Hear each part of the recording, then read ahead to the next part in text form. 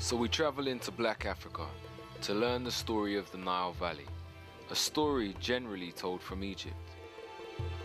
Today we're going to tell the story from a place that thrived before Egypt, alongside Egypt, and after Egypt. The lands to the south of Egypt, generally called Nubia, had 5 important golden ages. The first golden age, which was called Tarseti, some people call that, in translation, the land of the bow. This civilization was older than First Dynasty Egypt by about 200 years. They also domesticated animals here first and before Egypt, so pastoralism was very important. Depending on how far back, if you say 9,000 years ago, then you can say yes, it was probably more developed than Egypt. But starting from the 4th millennium BC, the center really is in Egypt and develops from there. Sudan was often ahead of Egypt in terms of developing technology because it had perhaps a smaller population. In Egypt, there's not much need for human economy. You don't need to save on human labor because every time the Nile flooded in midsummer, you had a huge reservoir of human labor as long as you were feeding them a living wage. The ancient Egyptians themselves said that they came from the south of Kemet, ancient Egypt, which is further up, higher up the Nile Valley, closer to the source. And they identified the mountains of the moon, which are in modern-day Uganda, as their place of origin.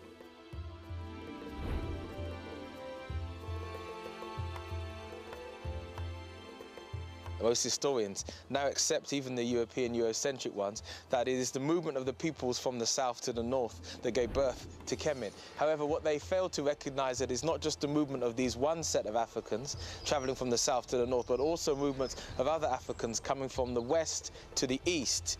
They met and collected together in what is now Kemet. That's why that civilization was so powerful, because it was a multicultural expression of the African experience. It was several sets of different Africans coming together in one place and creating a civilization.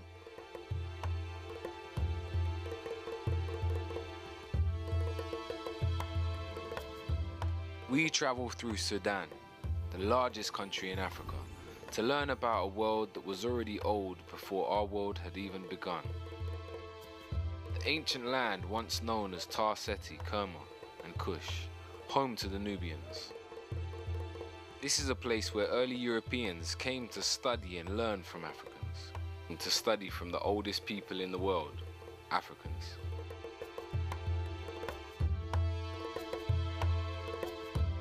So when you hear recent discussions on who were the black pharaohs, referring in particular to the Nubian pharaohs or the Cushitic pharaohs, those pharaohs they often call black pharaohs in a way to try and distinguish them from the others, but they can't be, because as we said, all the early dynastic and intermediate pharaohs were black.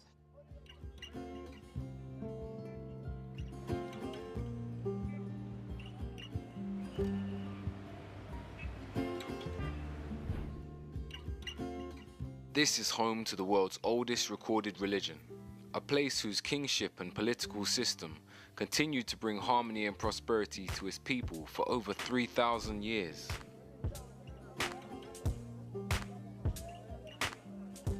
Today, Sudan is the largest country in Africa, rich in oil and other natural resources, but a country culturally split by the Arab African North and the African South.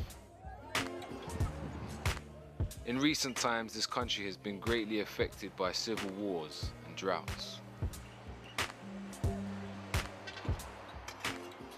This is a place where the great Blue and White Nile meet to form the famous River Nile that runs through Egypt.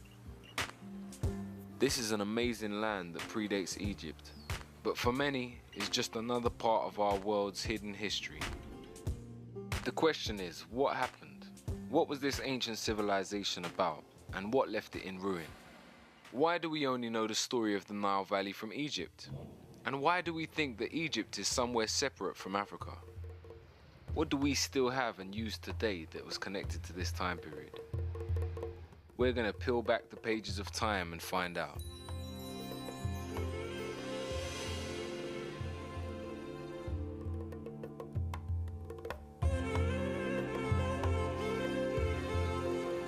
I'm standing here on ancient holy ground, in an area that was once part of the Napatan Kingdom.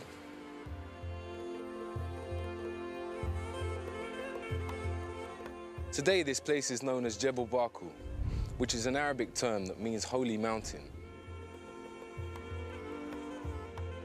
It goes by this term because in ancient times, for over 1,000 years, this area was the Kemetic and Kushite religious center of the world. Home to the Nubians, ancient Egyptians, and other traveling Africans. Jebel Barkal is a very important site, both in the history of Kush and in the history of Egypt, or Kemet if you prefer. The mountain had a particular shape, and both the Egyptians and the Kushites regarded this mountain as the Holy Mountain. That's what the Egyptians called it, the Holy Mountain.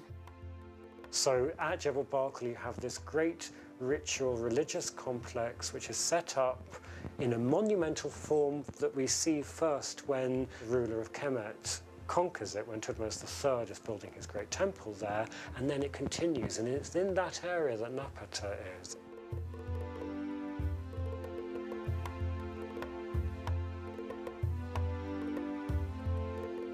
The city of Napata becomes a very important capital during this golden age of Kush. The site has a long history. We can trace it back to the 18th dynasty period of ancient Egypt, where the ancient Egyptians saw it as sacred to their deity Amen.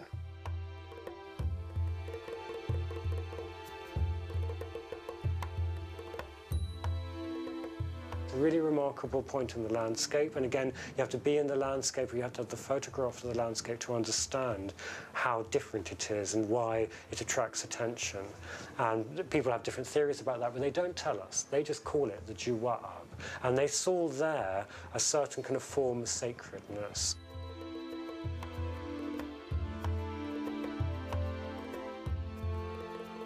So the influence of the Sudanese Nubians in Egypt is quite clear, but on the other hand, the influence of the Egyptians themselves in traditions, in religion, is still people having different minds of is it originated from there, or is it being acquired or adopted as gods by the Nubians? So here at Jebel Barkal, in between Upper Kemet and Lower Nubia, we find much shared culture. And there's much debate around whether it started deep in Africa, at the heart of the Nile, and spread upwards, or if it started in the north of Africa, at the bottom of the Nile, and spread down into Africa. We must have in mind that these political borders were not there. But the boundaries were constantly shifting in any case, and there'd always been a lot of trade between these two separate states, if you like.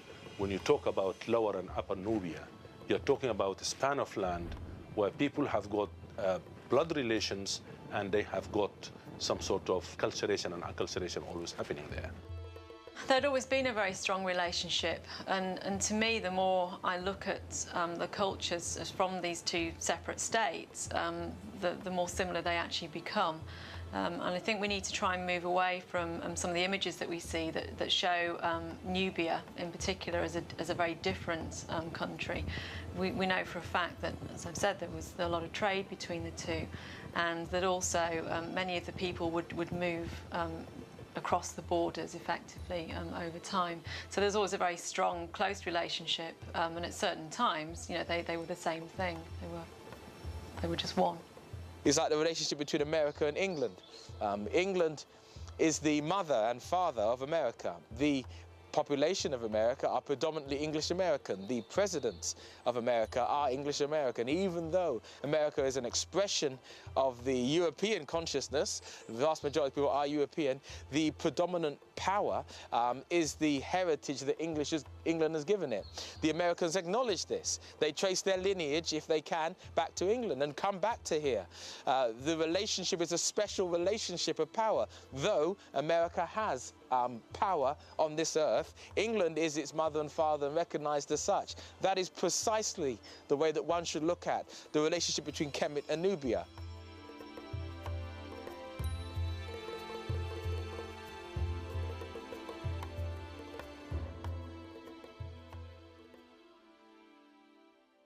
The religion of the Kushites is quite interesting. one of the important deities was Amen. Now, Amen is the pronunciation that the Hebrews give it, and some scholars agree to use that pronunciation. Amun is the pronunciation given to it by one of the old European scholars, Plutarch. In the language of Kemet, the word for hidden is Imen, or Amun is the way that we put it in English. And Amun is the name of God as creator who is everywhere and hidden, combined with Ra'ah, who's the energy of the sun. That's the metaphor for the creator, so Amun Ra'ah. But Amun is the hidden part, very much like the Christian, Jewish, Muslim concept of God as everywhere and invisible. The sun, the symbol of the creator, was reborn every morning. It reached its highest position in the day at noon, where it was known as Re. Re represented the creator, God, the sustainer of life on high at its highest point. When the sun set in the west, it was known as Amen. Amen is a Kemetic word which means hidden or concealed.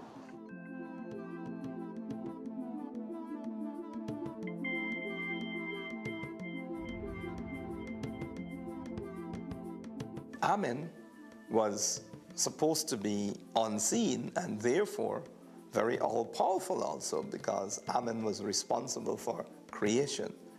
Amen was responsible for everything, knew everything, understood everything, could foretell everything, and so on, the great omnipotent and omnipresent divinity. At this religious center, one of the main temples that is still here to be seen today was a temple that was dedicated to Amun. The ram was a sign that was always associated to the worship of Amun. It has been claimed that during the time of these temples, it was the astrological age of the ram, what we know as Aries, and that's why the ram was represented.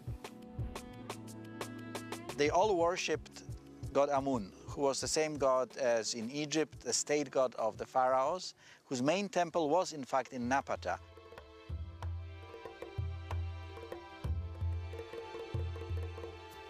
Their deity Amen, they make it quite clear, Amen is a deity coming from Kush. And then during the Kushite Golden Age, they resurrect that same belief system, and then they build monuments sacred to Amen, and then Amen's wife, or Amen's consort, Mut. Mut was the goddess of Amen. What's important here is that same site, the Egyptians had their belief that that's where Amen and Mut came from. So that becomes a very, very important center. Within the African systems, be they in Kemet, be they in Nubia, or be they in Kush, the male god has an equal and opposite female god. We see this representation in all African cultural systems that flow. Every Netcher in Kemet had his female counterpart. So I reference a Sar and a Set. They were Netcher who complemented each other. They were co-equals. They are usually together in families, producing children. We have a man and a woman and a child produced as the union. We tend to think of the deities as a family. It's not quite so biological, it's more religious. In the beginning there was only Noon, the original ocean of chaos that contained the beginning of everything to come. Ra, the sun, was born and appeared to rise from the surface of the water. Ra then gave birth to two children, Shu, the god of air, and Tefnut, the goddess of moisture. Shu and Tefnut then had two more children, Nut, the goddess of sky, and Geb, the god of earth. And so with them the physical universe was created. From the union of Geb and Nut, 4 human children were born, and so the story of civilization begun.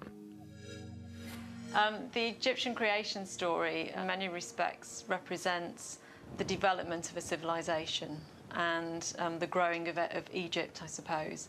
And it's coming out of something that's very simple and coming out of nature, and then is being developed by man and being developed also into obviously one of the greatest civilizations that there ever was.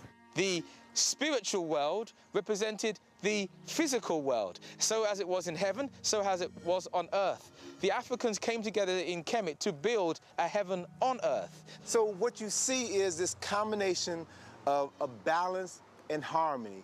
The essence of what we find within traditional African society is an understanding of the totality of life that is literally matrilineal and is paired with the masculine energy in order to maintain its force and its operation throughout society.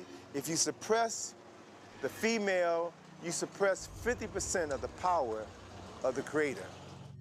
It seems to be really important, and in many respects the sort of male and female seem to represent the two different forces coming together. And I suppose it's a bit like the unification of Upper and Lower Egypt in some respects. Because they understood that it wasn't just about gender.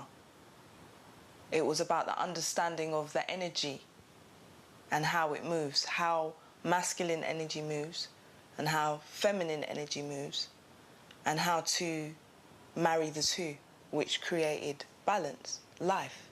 The idea was to create a land which was like the land that was up in the skies and beneath the earth. And in that sense, they saw that how they were arranged in families was also how the gods must also be arranged in families, and how the spiritual energies of the universe must also be arranged in families because they are arranged in families. Three of the most important Neteru in Kemet were Asar, Aset, and Heru. Or to give them the more usual names, Osiris, Isis, and Horus. These three deities originally came from Kush. These are very, very important triumvirate. Their stories are as much mythology as they are history. Now, according to Diodorus Siculus, who was one of the ancient Greek historians, Osiris was originally a community leader of very early Kush. He doesn't call him a king of Kush, but he makes it quite clear he was a leader. Asar is regarded as the founding father of Kemet. He unified the two lands. He established the first nation-state in the recorded history of humanity. He is said to have introduced writing, the writing which the ancient Kemites referred to as Medu Neter, or the writing of God when it was written, or the words of God when it was spoken. He is also said to have introduced agriculture and theology. Also decided to take civilization to certain parts of the Nile Valley as well as to other parts of the world. Asar married a beautiful Nubian woman by the name of Aset, who was his co-regent, not his inferior, his co-regent. And when Asar decided that he was going to travel to other parts of Africa to share his technology with his brothers and sisters on the continent, he left his wife Aset to run their nation. And he was very successful, very admired, and this provoked the jealousy of his brother, Set. And Set then plotted to overthrow his brother Asar. Set, or Sete in ancient Egyptian, murdered his brother, dismembered his body into 14 pieces, and then scattered those 14 pieces throughout Kemet. When Aset learned of the murder and dismemberment of her husband, she fled for her life, and then she went searching for the missing parts of her husband's body. Aset found 13 of the 14 parts of Asar's body, and as she found each body part, she cleaned it, she anointed it with oils, and she laid all 13 parts out, and she literally remembered her husband, wrapped his entire body in bandages, and created the first mummy in the recorded history of humanity. As Aset was preparing to bury her husband, she grieved because she was about to bury the man that she loved. She grieved because she was still a virgin. They had never consummated their marriage, and thus she would never bear children by the man that she loved. And according to the story written on many papyri in Kemet, carved on several temples in Kemet, the spirit of Asar came and impregnated his virgin wife, Aset. And then 9 months later, the virgin Aset gave birth to their son, Heru. Now, in the case of Isis or Set, She is the original Virgin Mother, and she is seen suckling Horus. He is shown as a child suckling his mother, and he's wearing the pharaonic headdress, making it clear that he was born a king.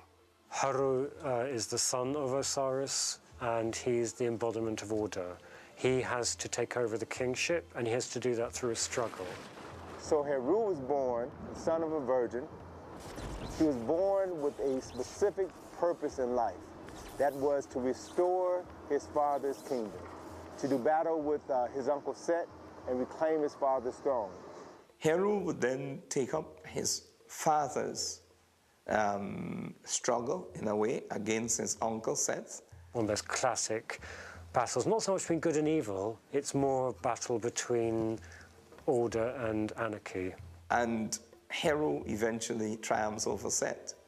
At that moment, Heru was transformed, miraculously transformed into a falcon. He flew into heaven to meet with his father Asar, told Asar of his victory over Set. His father blessed him, and Heru then returned to Kemet as the legitimate heir to the throne. And when he ascended to the throne, the symbol of the Heru Badet, the winged sun disk, was a symbol that was carved above the entrance of every temple in Kemet to serve as a reminder of Heru fulfilling the reasons for which he was born. And at the moment Heru reclaimed his father's throne and was crowned the king of Kemet, his father Asar was resurrected from the dead and took his place on the throne of judgment. According to Plutarch, what he says about Osiris is that Osiris was associated with the moon, and the moon has its lunar cycle and then disappears at the end of the lunar month, and then 3 days later is then reborn, and this is then the resurrection of Osiris after being dead for 3 days. So Osiris is then the god of death and resurrection. And Seth, or Zetesh, is never thrown away. He's an important part of the whole series of gods. He's not the annihilating factor. Set was not purely evil. Set represented the forces of discordance. Zetesh still has to be there. If you take him away, you're taking away part of reality. But he shouldn't be king. So that balance between Hor and Zetesh is one where Hor, Heru, is meant to be very much on top and ruling. And our ancestors were very inclusive. And they knew for certain that, as I said, there was a little bit of good in the worst of us and a little good of bad in the best of us. And they represented that in this way. So the reigning ruler in Kemet, and this is taken over to an extent in Kush, the reigning king is Horus because he's managed to take over and rule.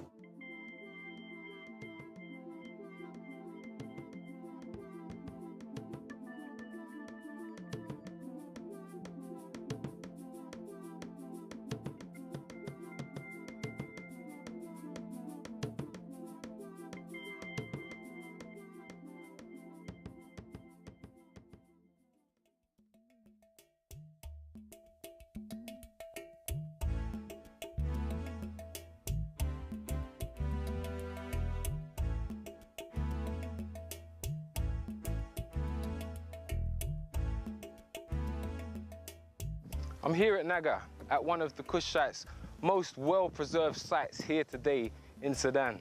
Temples were really important, both in Kemet and in Kush. When you begin to look at the development of temples, the temples that we find in Nubia, the temples that we find in Egypt, the temples were universities. In many respects, they were kind of mini universities. So you have your Egyptian elite living in the temples.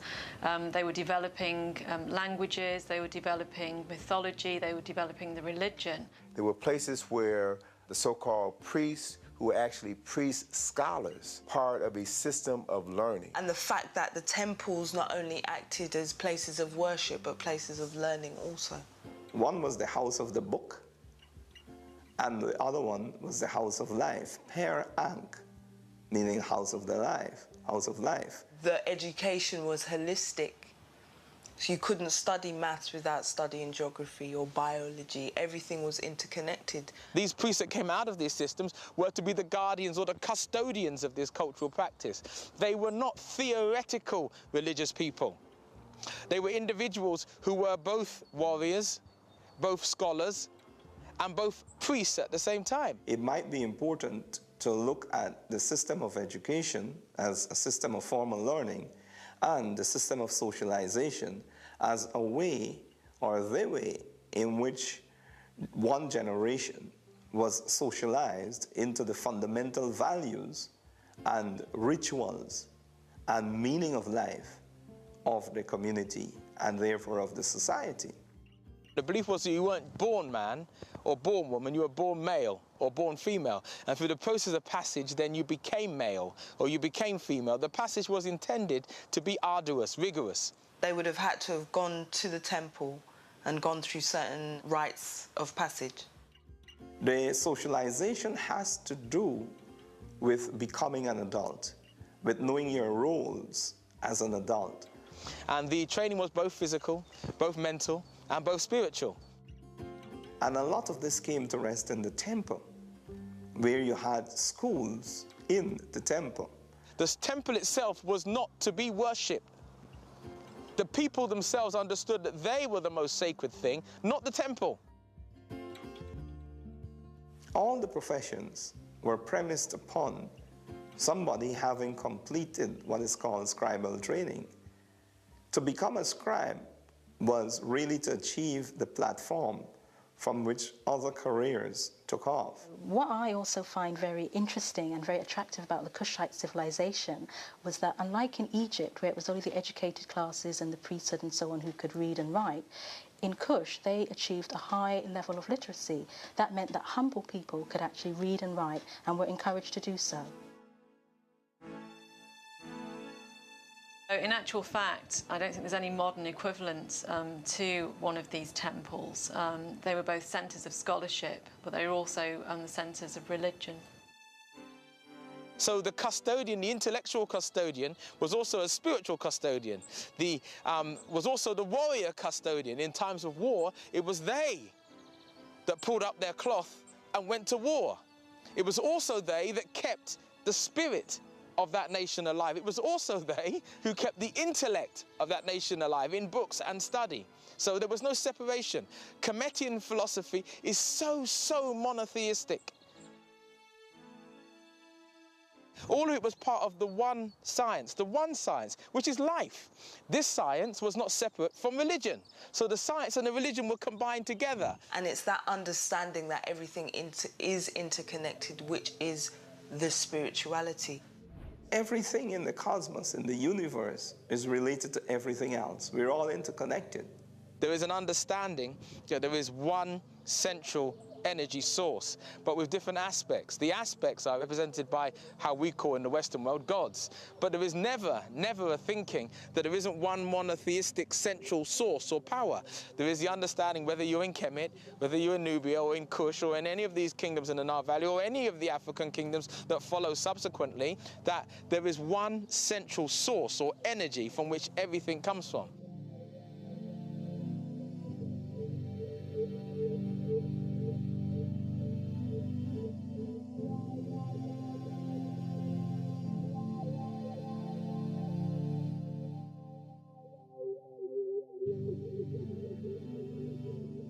Clearly they share the same religious beliefs as with the Egyptians, with some additions, so to speak. Some local gods were worshipped, like god Apedemak, a lion god. And you have to remember that lions were common here up until the early 19th century.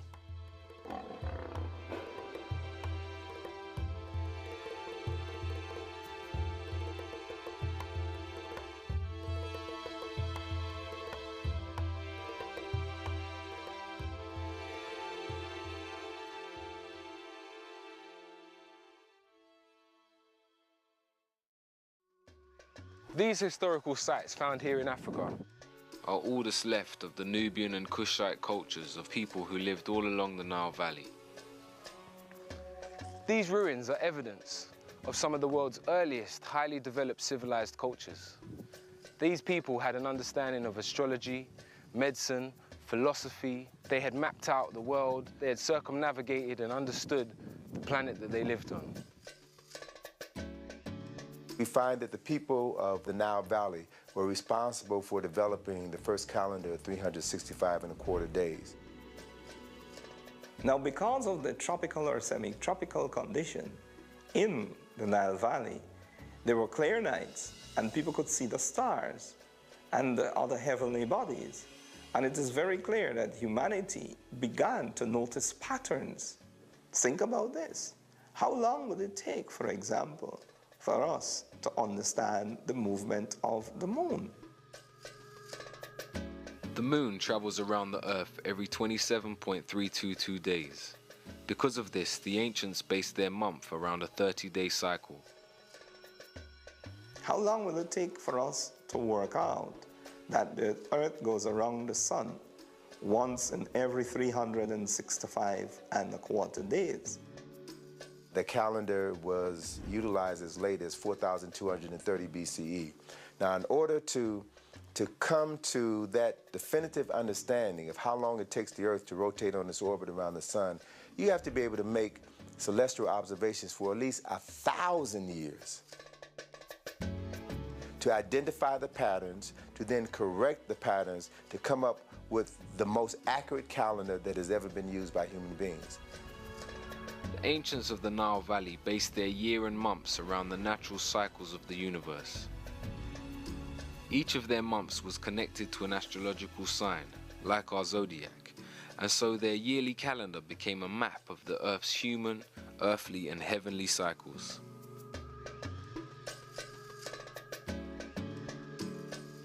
And this is where the sense of time, the whole question of the calendar, the year, different months came out of. And so you had groups of people who had time on their hand to observe their environment and then to produce great works that recorded their observations. So you had astronomers. In terms of astrology, that was always, again, very important to the ancient Egyptians. And when people were born, they would actually have their charts drawn up. We see water irrigation, we see aqueducts, we see underground heating, swimming pools, we see heated swimming pools. We had people who studied rocks and minerals, geology. These very brightly polished ones, that's again a classic Sudanese. I think that particular colour combination, those happen to be the colours of the modern Egyptian flag, but actually it's a very, to me, very Sudanese combination, that clear white with dark and red. Earlier in the history of Kemet, you get a lot of carnelian, the red stone, coming out of Nubia. Precision drilling, iron smelting, precision iron smelting. You had people who studied plant cycles, agriculture. We see papyrus paper, we see glass making, we see stained glass, we see use of gunpowder, not in weaponry, but in religious services and religious rites. You had people who studied building, how to build structures, what materials are best used to build structures. This was a great golden age of pyramids, of temples, of writing, scholarship. We see elements and a good deal of evidence, perhaps of electricity. You had artisans who were responsible for creating great works of art, sculptures, paintings. Gold smelting, silver smelting, the creation of refined industries. These are classic faience beads. This is the colour that most of the material in this tray should look. Faience is simply desert sand, it's quartz sand, but it's ground down and fused at a fairly high temperature, and you add the colour from adding ingredients, so that amazing blue will come from copper filings that have been added in. So there's a very close link between the artists who are producing all of this material and the metal workers, because they're using the filings from the metal workers' floor. So the underpinning of order in Egyptian religious art and in the language is a pedestal. It's a block that looks a bit like kind of a carpenter's plane, something to make things smooth. And the word in the language of Kemet is ma'at. Ma'a is smooth, and it's trying to make things on a smooth path. That seems to be the metaphor they use. And ma'at almost means what is good. One of the most significant aspects of spirituality in Kemet had to do with the concept of ma'at. Ma'at represented the ubiquitous powers that flow throughout the universe, that maintain the balance, the harmony, and the order throughout the universe and on planet Earth. Ma'at was represented by a female figure with wings and an ostrich feather. One later came to recognize this figure of a human being with wings as a prototype for angels within Judaism, Christianity, and Islam. Ma'at was fundamental to the Nile Valley because it was its moral code. The ancient Kemetians believed, as did the Africans from the south, that when one passed from this existence to another, there was a point of spiritual judging. This spiritual judging was to weigh your heart with a feather. The heart had to measure itself and be balanced against a feather. And you quite literally get the heart being weighed on scales to see if a person is worthy of going through to the next life. We can actually still see Nubians wearing the feather of Ma'at, showing their connection to this moral order. The people and the pharaohs tried to establish and maintain Ma'at. And they didn't have a word for evil, because that's, I think, what people think, good and evil, light and dark, do you know what I mean? But the opposite of Ma'at was Isfet, which was unbalanced. Ma'at, the feather, would then be weighed against a person's heart. And if your heart is heavy and it tips against the feather, it shows that you have done things to have a heavy heart, meaning you're a guilty person. The idea of the feather was a representation of the female aspect and also of air, but also of the lightness of being, the idea that your heart was not heavy. We still say it now. My heart is not heavy. My heart was light. I had a light heart, a clean soul. They declare their innocence by reciting the 42 admonitions of Ma'at, some of which would sound very familiar to Jews and Christians. Those 42 admonitions were: I have not stolen. I have not committed adultery. I have not polluted myself. I have not polluted the land. I have not spoken ill of my neighbor. I have not spoken ill against God. I have not defrauded offerings. As a person's heart was weighed on the scale of Ma'at, as they recited these 42 declarations, if they were true to these declarations, then their heart would be as light as a feather. This is where the concept comes from. And so it means that they would be pronounced Ma'at Keru, true of voice. The clean soul was the fundamental aspect. We see it represented in all the Kemetian philosophies, which they had taken from their mother from the south. So the idea then of Ma'at is she represents keeping the law, keeping truth, keeping justice, keeping righteousness, keeping reciprocity. And what this basically meant is that we had to say that we didn't do these 42 cardinal sins. And once we lived a life that didn't contribute to those, we lived a good life, a righteous life. This event was recorded in the Book of Judgment by Jehuti, and then in the next scene of this very important document, of which thousands and thousands were produced, because every person who died wanted to have this document to help them be able to recall these 42 admonitions. One of the very last panels shows Heru, the son of Asar, leading the vindicated soul of this person to his father. And it brings to mind the passage in the Bible, I think it's John.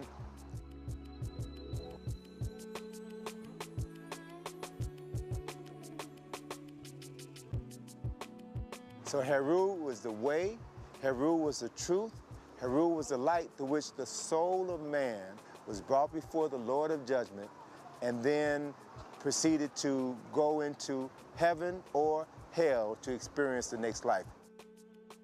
Ma'at is also called Sit Ra'a, the daughter of Ra'a, the sun god, the creator. And although you find parallels for that in European Christianity, the church is called the daughter of God, so you can see that kind of idea that the great force that protects good is related to the creator. So Ma'at represented the means by which a person can achieve their highest spiritual level of understanding. This wasn't about religion, this was a way of life, of being, of relating to each other, because relationships was our highest value, how we related to ourselves. So before you can relate to somebody else, you have to relate to yourself. It's often used as a kind of unique force that you don't find in any other society in the world. I'm not sure I believe that, because I think every society defines itself by what it thinks is right. So in Kemet, the word of the language of Kemet for what is right is Ma'at. All of these ideas and concepts can be traced back to the Nile Valley, to Kemet, to Nubia, at least 1,000 years before the advent of Judaism. Talking about the importance of spirituality and of spirituality itself, not only to Kemet, Kush, and other places in the Nile Valley, but to all African society that remain African, even unto today. And I think it's important for us to understand that to be African is to be a spiritual being, because our ancestors recognize being spiritual as the fundamental of human existence. From the start, whether we look at the Nile Valley during the Tarseti, Kemetan, or Kushite period, we see a unifying system of understanding that gave the people their moral core.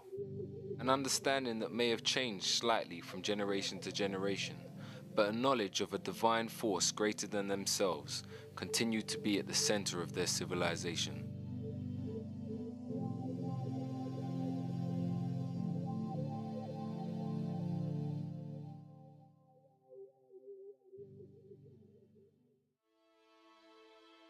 Debates still rage about the length and continuation of the Nile Valley cultures and how interconnected they were. What we do know is that over time rulership changed between the different black rulers along the banks of the Nile. It appears that Kemet was roughly 3,000 years old before it had any interference from cultures outside of Africa. Asiatic people known as the Hyksos melted into the Northern Nile society at first, and then by chance took full control of Lower Kemet and ruled for roughly 100 years. During this time, Kemet was inflicted with corruption and a depraved form of leadership.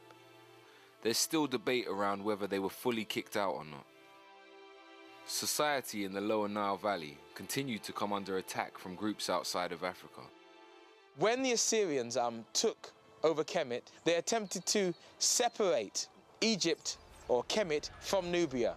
Now, this was a hard thing to do since both sets of people were entwined. Their families, their culture, their religion was part of the same culture and religion. In about 1,000 years BC, the Nubians moved in and took full control of Lower Kemet, bringing the whole region under Kushite protection. When Kemet got into difficulties, it was the Nubians from the south who came from the south to the north to rescue Kemet.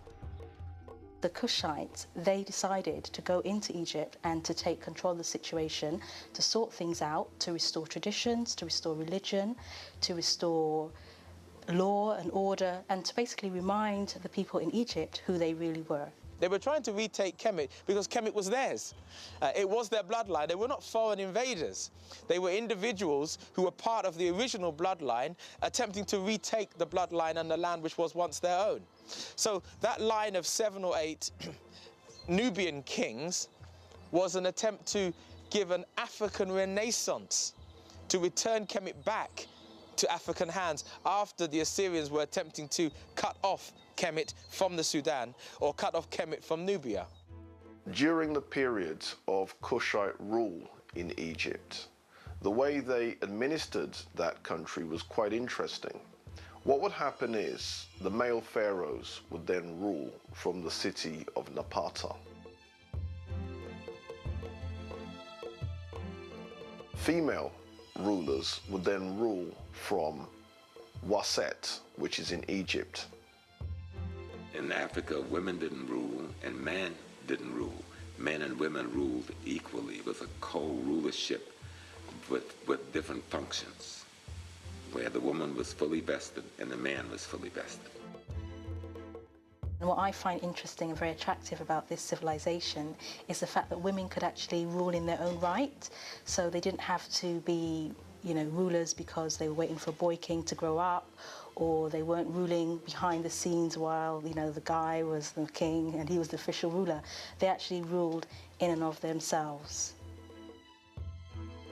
Now, who were these female rulers? Some people say that they were the wives of the Kushite pharaohs. Some people say that they were the sisters of the Kushite pharaohs. Whichever be the case, they formed a parallel dynasty, and that dynasty would be aunt being succeeded by her niece, and that kind of line.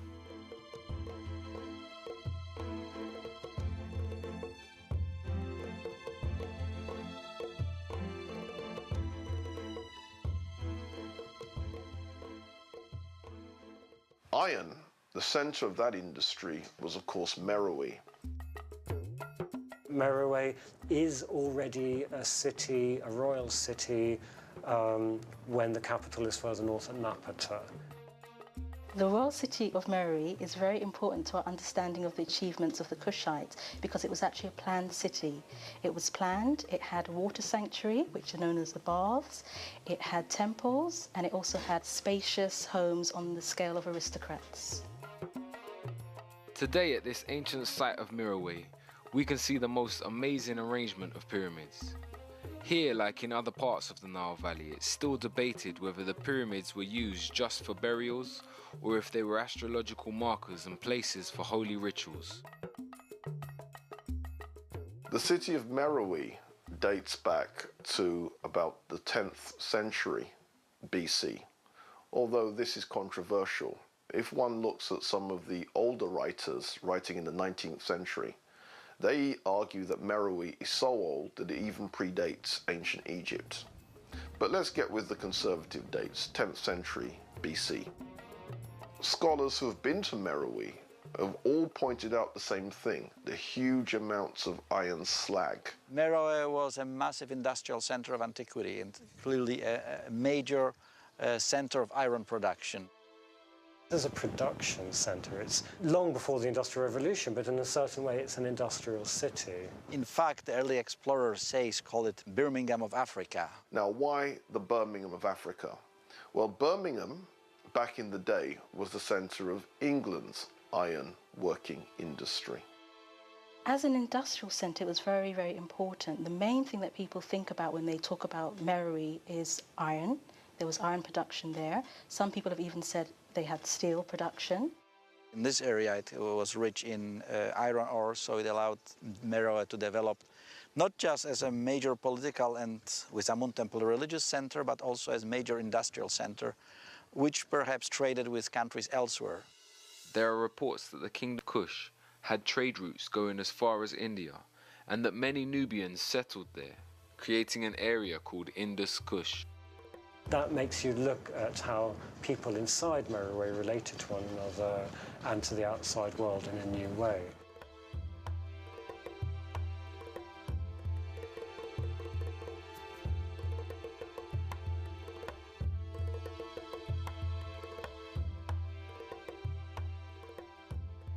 Meroe has a whole series of pyramids in a very good state of preservation.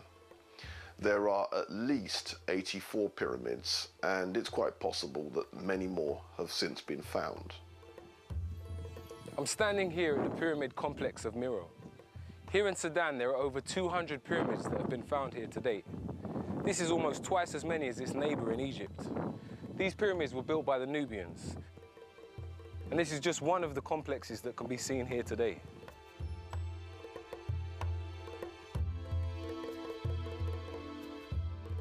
Gold and iron were two most important trading products in Kush.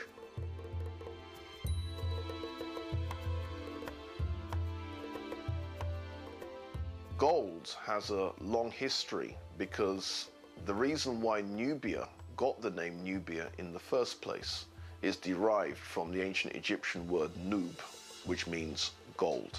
And what the ancient Egyptians are saying is that this is the land of gold. This is where we get gold from. There was a reputation that the Egyptians had that gold was as plentiful as dust. Wasn't true, but this was a reputation that it developed. But where did the Egyptians get their gold from in the first place? They got them from the Kushite gold mines. They traded with each other. Herodotus mentions that gold was used to enchain prisoners. Now, he may well be exaggerating, but since there are images of even mundane things like golden tweezers, the fact that gold would then be used to make tweezers, that shows that it's not a far stretch of the imagination for Herodotus to say that gold would then be used to enchain prisoners. Many of the things that we think of as advanced culture or advanced technology has its root within Kemet. We know that pottery was first used in Sudan rather than in Egypt. The Kushites throughout their whole history were always very good at making pottery. They were very artistic, and their pottery is some of the best in the ancient world. That was also manufactured at Meroe. This is the great glory of Meroe, the pottery. Much of this has been conserved and restored. What's extraordinary is how thin they're able to make this pottery and how they choose every tradition open to them. What's amazing here is this pottery is over 2,500 years old, and much of it is still usable today. This is much more an Egyptian form. That's a little baby feeding cup. That's just the mud of the Nile.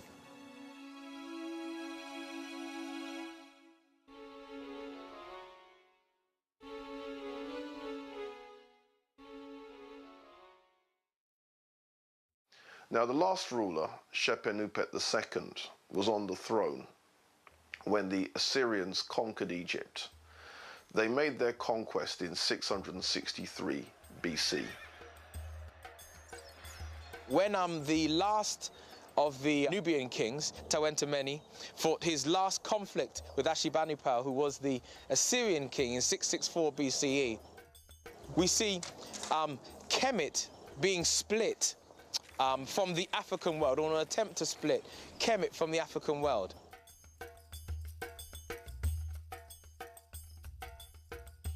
As the subsequent more barbarous invaders took control of Egypt, the kings of Kush were afraid that their central kingdom would be attacked, would be destroyed. So they moved their capital from Napata to Meroe, which is why Meroe grows when Napata declines. The kings moved their burial ground, their pyramids, to Meroe, and perhaps they moved the capital city even earlier, around 500–600 BC. So this dividing line that was set up by the Kushite kings was a matter of defense, a matter of safety.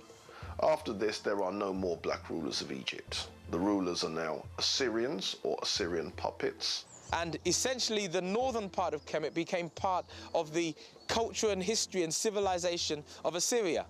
Assyria became the focal point, the married line, the feminine line, the female line of Kemet was deliberately usurped by the Assyrian kings. And therefore Shepenupet II was the last independent black ruler of Egypt. As the Assyrian kings took control of Kemet, then we have a resurgence in consciousness in Nubia. The Kushite people, the Nubian people in the south, resurged because after 664, perhaps by 590 BCE, there were no further attempts by the Nubians, by the Kushites, to retake Kemet.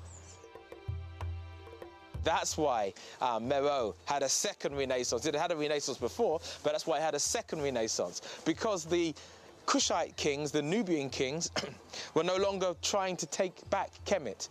That's why the Meroitic script was resurged. Now, during the time of Kushite pharaoh Natarsen, the Kushites invent this script, which scholars call Meroitic. And interestingly, they also borrowed from Egyptians the signs for writing their language. But let's be quite clear. Egyptian hieroglyphics themselves date back to the Tarseti period, which is the first golden age of Nubia. So if we wanted to trace the origin of Egyptian hieroglyphics, we have to go back to very early Nubia. Basically, for the longest time in Kushite history that we find evidence of writing, they were using the same hieroglyphs as the Egyptians were using. Both cultures used the same. But later on, when the kingdom became more centered in Meroe, they devised their own script. But they borrow 23 hieroglyphic signs and a number of other demotic signs to write in their own language, which is the second oldest written language in Africa, Meroitic language. They actually devised two scripts. One is known as the cursive script, and the other one is known now as the Meroitic hieroglyphs. The script had 23 letters, of which 19 were consonants and 4 were vowels. There was also a word divider, so scholars know when the words began, when the words ended. And it's only partly deciphered, so there's lots of mysteries in the work. And there are 900 books and inscriptions written in this old script. In terms of understanding the language, it hasn't been translated yet, and so that really hampers our understanding of the culture and the religion, and basically how the people saw themselves and what they'd like to say about themselves.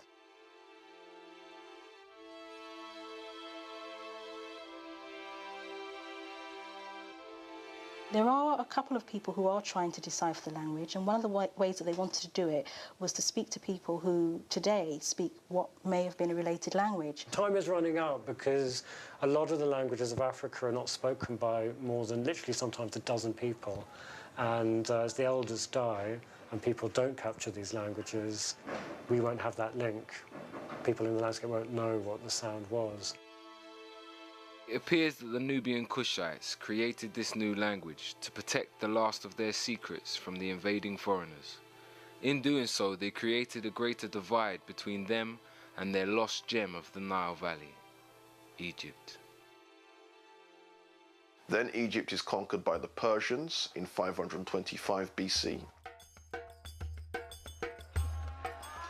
The Persian kings, like Cambyses, a ruthless and genocidal ruler who took over Persian rulership and then took over rulership in Kemet.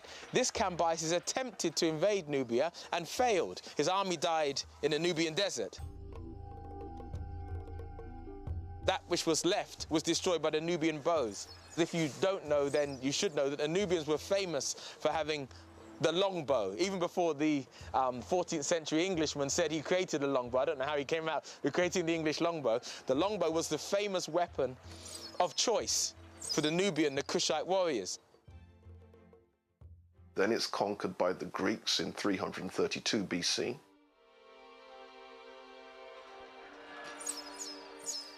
Then, of course, after the Battle of Gargamella, in 323 or 325 BCE, Alexander the Great, a Greek, a Macedonian, defeated Darius III. In defeating Darius III, Alexander the Great then became a pharaoh of Egypt. He took charge of Egypt, which is what we get the name from the ancient Greeks. That's what they called the country. So the Egyptian world becomes part then of the Greek world. And following his death, when his kingdom, which was so big it had to be divided up amongst his generals, a general called Ptolemy took charge of Egypt, and initially as a satrap, as an official who was ruling there, and then later as a king. The Macedonian rulerships, Ptolemy, etc., he was a Macedonian Greek general, married into the Egyptian bloodline. Married into the female Egyptian bloodline, producing Egyptians who are Greek and Egyptian at the same time and facing towards Greece. And he founded really the last resident dynasty of pharaohs. So then Egypt then became even more divorced. And then, of course, there is the classic story. Whether or not there is historical accuracy to it is another matter, although we do have references to it, of Alexander's attempt to invade Nubia and the Candace Amerinus with elephants and warriors preventing him from invading Nubia. We have that recorded under several Greek scholars. The Macedonian rulers of Egypt did not conquer Nubia. Nubia remained essentially intact.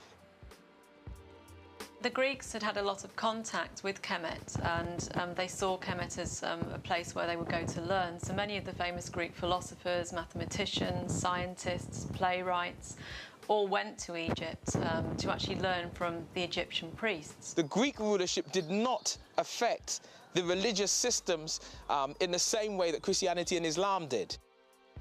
The Romans started to interfere with Egypt about 100 BC. And that was because this Ptolemaic dynasty, the dynasty Cleopatra was the last ruler of that dynasty, had started to have a lot of dynastic feuds. So brothers and sisters had been sort of arguing and vying for the throne. One person would be exiled, somebody else would take control. And the Romans were starting to become increasingly powerful, and quite often the ruler who'd been exiled would actually run to the Romans and ask them to put them back on the throne. Then it's conquered by the Romans in 30 BC.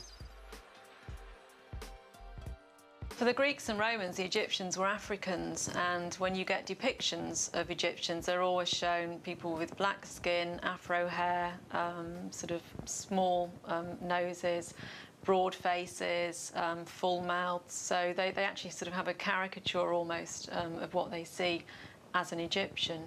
And the Greeks often confused Egypt with Ethiopia, so they'll quite often call the Egyptians Ethiopians.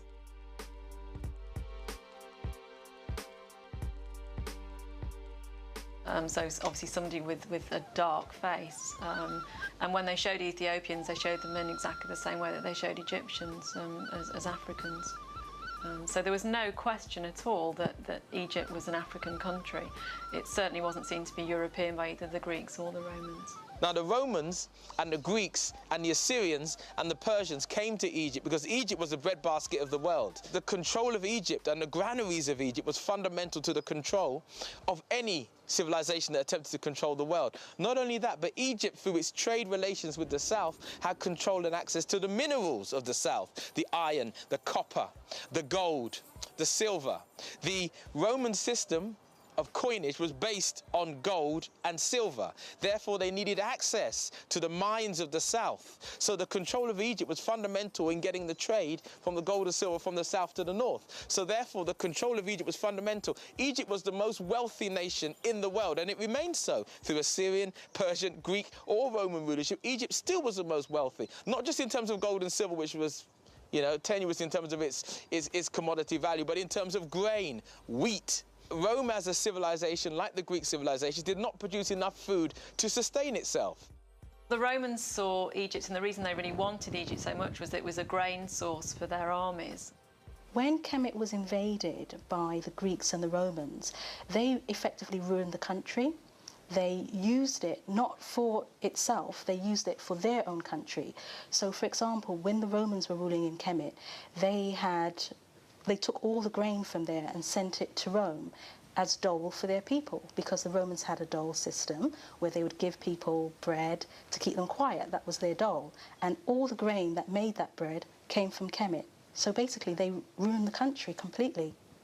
But they also traded things like animals, obviously for their gladiatorial fights. A lot of the African animals were shipped over to Rome. Because the Romans saw Egypt as this sort of exotic and interesting, sort of another world almost. It wasn't just another country, it was a completely different world to the one that they were used to. So when you overexploit a country like that and you take all of its resources and you use it for another country, obviously there's going to be nothing left for that country. And over time, Egypt became poorer and poorer, and I feel that this ultimately led to the final downfall. So the relationship between Egypt and Rome was fundamental in Roman survival. Not in Egyptian survival, in Roman survival. I think Egypt was crucial to Rome's development, both from a political point of view, in that it gave it a very important, a very wealthy territory, but also because a lot of people in Rome became very interested in Egyptian religion and Egyptian cults.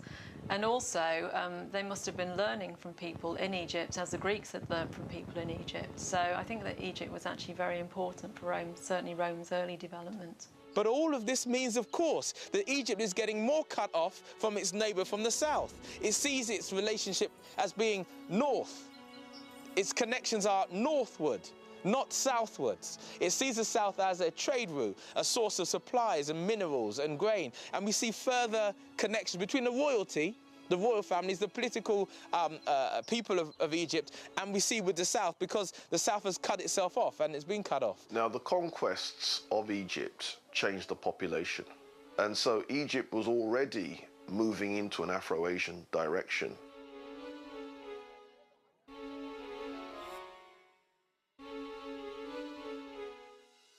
The calendar was actually adopted by the Romans. They decided to adopt the Egyptian calendar, so we've actually taken that from obviously the Romans, then spreading throughout Europe. So actually Rome's quite a key and important player in us today learning about ancient Egypt, because it adopted so many different parts of its knowledge and culture and was very, very keen to promote it. So as Rome tightens its hold on Egypt, and the failed attempt by Cleopatra and Julius Caesar to produce a line of individuals, that line being destroyed by Octavian or Augustus Caesar. And at that point, finally, Egypt loses its last resident ruler, Cleopatra. The line of pharaohs abolished. It's at that point that we have the end of dynastic Egypt under Roman rulership. And it's after that point, when Rome takes control, that we start to, in many respects, I suppose, see the downfall of Egypt and the demise of Egyptian culture.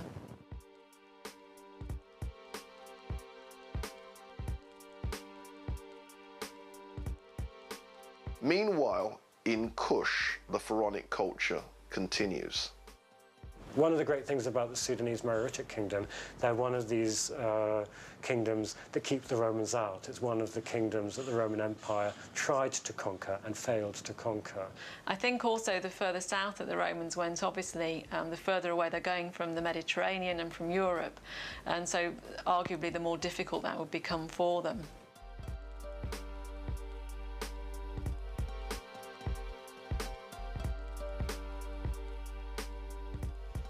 I'm standing in the center of the once great city of Miro. Behind me is a temple dedicated to Amun. Excavations done here in the 90s reveal temples with walls and statues covered with gold leaf, a remnant of Merowe's immense gold trade. At the heart of this ancient city, we find the remains of its spiritual center. Here, Amen was revered in temples of the highest splendor. When they moved here, they built another temple to this god, the largest, as I said, apart from Napata, in the Sudan, which unfortunately now is in a ruined state, as most of the site is.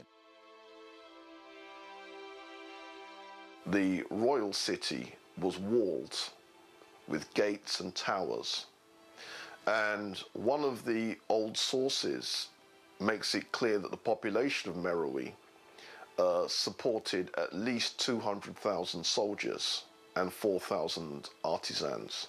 And that would give us some kind of indication of what scale of city that we're talking about. Herodotus, the ancient Greek historian, made reference to a violet-scented fountain where people would wash and they would bathe in these aromatic salts. And the Liverpool expedition at the beginning of the 20th century excavated in Meroe and found that Herodotus was probably talking about this bath that shares affinities with the Roman bath.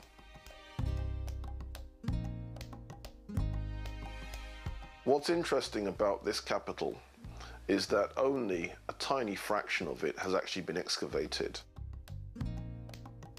Perhaps I am standing right now on the ruins on the temple, which is still to be discovered. In truth, at least 90% of it is still to be found. I hope to do it in the coming years. We did some preliminary sondages, and we found, again, domestic remains, but also a fragment of a temple from maybe 300 BC, so we hope to find it. So we can only infer from the little bit that we've seen so far, and the little bit that we've seen so far is very, very impressive. Hidden under the desert surface of this ancient temple are the tile remains of its ancient modern beauty. Much of this area is covered with these types of tiles.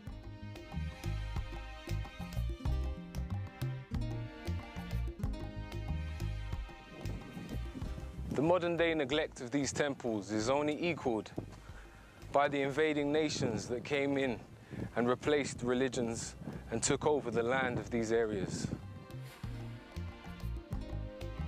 The Nubian and Kushite culture began to slowly decline as the invading nations took control of the surrounding areas. As Rome became Christian, it began to spread its New World religion throughout its empire, taking religious control of the Nile Valley. For the essential part, Kush remained essentially unchristianized. However, on the eastern side of Sudan, in a place called Axum, they created a Coptic religious system. This Coptic religious system, though essentially African, had a different philosophical base to it than that which had been there present, and a different thinking process to that which had been there present. The last of the Kushite pyramids is around 300 and something AD. And so it would seem that the last burials of the Kushites coincides with the punishing of the Red and the Black Noba by Emperor Ezana of Aksum. This Aksumite kingdom was the kingdom that in 320 AD, CE, was the kingdom that eventually conquered Kush. The end of Kush brought the end of roughly 5,000 years of royal culture in the Nubian lands of the Nile Valley. So as we look back over this ancient world, we can say that the ancient Africans of the Nile Valley had a civilization that lasted longer than the society we are part of today. At its peak, it had reached a great level of spiritual, social, economic, and structural development. This was a civilization of religion, astrology, medicine, philosophy, architecture, art, engineering, mathematics, and much of what was passed down to us from the Greeks and Romans actually came from the legacy of the Africans of the Nile Valley.